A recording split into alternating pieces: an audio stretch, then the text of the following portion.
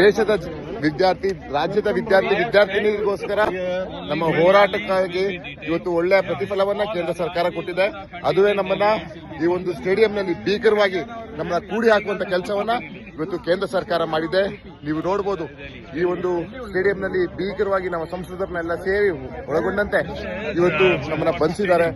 ನಮಗಂತೂ ಯಕ್ಷ ಪ್ರಶ್ನೆ, ಪ್ರಜಾಪ್ರಭುತ್ವ ದೇಶದಲ್ಲಿ ದೆಹಲಿಯಲ್ಲಿ ಖಂಡಿತವಾಗಿಯೂ ಇನ್ನೂ ಬದುಕಿದೆ ಅನ್ನೋದು ನಮ್ಮ ಯಕ್ಷ ಪ್ರಶ್ನೆ. ಇವತ್ತು ನಾವೆಲ್ಲ ಸಂಸದರುಗಳನ್ನ ಮಾಡಿರುವಂತದ್ದು ಪ್ರಜಾಪ್ರಭುತ್ವದ ಕಗ್ಗೊಲೆ ಆಗಿ ಇವತ್ತು ಮಾಡಿದ್ದಾರೆ. ಇವತ್ತು ನಮ್ಮ ಜೊತೆ ಎಲ್ಲ ನಮ್ಮ ಸಂಸದರುಗಳು, ನಮ್ಮ ನಾಯಕರಾದಂತಹ ಸುರ್ಜಿವಾಲಾ ಸರ್ ಇವತ್ತು ಸಹ ಇವತ್ತು ನಮ್ಮನ್ನೆಲ್ಲ ಇವತ್ತು ಬಂಧಿಸಿರುವಂತಹ ಕೆಲಸವನ್ನ ಮಾಡಿದ್ದಾರೆ.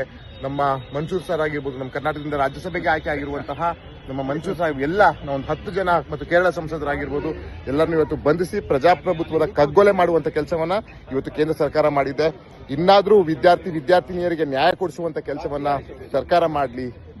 ಏನು ದುಡ್ಡಿರುವವರ ಪರವಾಗಿ ನಿಲ್ಲದ್ ಬಿಟ್ಟು ಬಡವರ, ರೈತರ, ವಿದ್ಯಾರ್ಥಿನಿಯರ ಪರವಾಗಿ ನಿಲ್ಲುವಂತ ಕೆಲಸವನ್ನ ಕೇಂದ್ರ ಸರ್ಕಾರ ಮಾಡಲಿ. ಯಾಕಂತ ಹೇಳಿದ್ರೆ ಇವತ್ತು ಎಷ್ಟೋ ಮಕ್ಕಳು ಕೇಂದ್ರ ಸರ್ಕಾರದ ವಿರುದ್ಧ ಇವತ್ತು ಬೀದಿಗಿಳಿದುವಂತಹ ಘಟನೆ ನಿನ್ನೆ ಬಂದಿದೆ. ಅಲ್ಲಿ ಗೊತ್ತಾಗ್ತದೆ ಏನು ಅಂಬೇಡ್ಕರ್ ಸಾಹೇಬ್ರ ಒಂದು ಸಂವಿಧಾನದಡಿ ಎಲ್ಲಾ ರೀತಿಯ ಹಕ್ಕನ್ನು ಕಿತ್ಕೊಳ್ಳುವಂತ ಕೆಲಸವನ್ನ ಇವತ್ತು ಕೇಂದ್ರ ಸರ್ಕಾರ ಮಾಡಿದೆ.